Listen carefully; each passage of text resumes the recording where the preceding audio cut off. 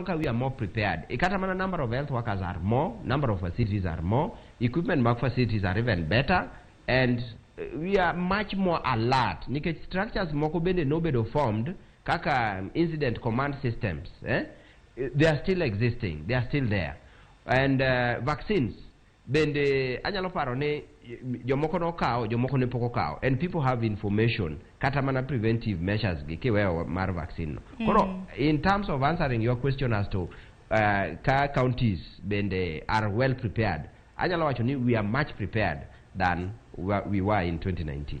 Aparo ni ber mar mondo me japinyo ka mana tinga kar kende nikech kata mne nyalo paro mar mondo midhusi mar corona landre kata mne piny ngima cases mokwongo ni chukra mna report mane piny mar China sani naneno kata mna kutendre kod rupode mopogore kata mna China bende sani haneno ka nitiere landruok mago mag kute mag midhusi mar corona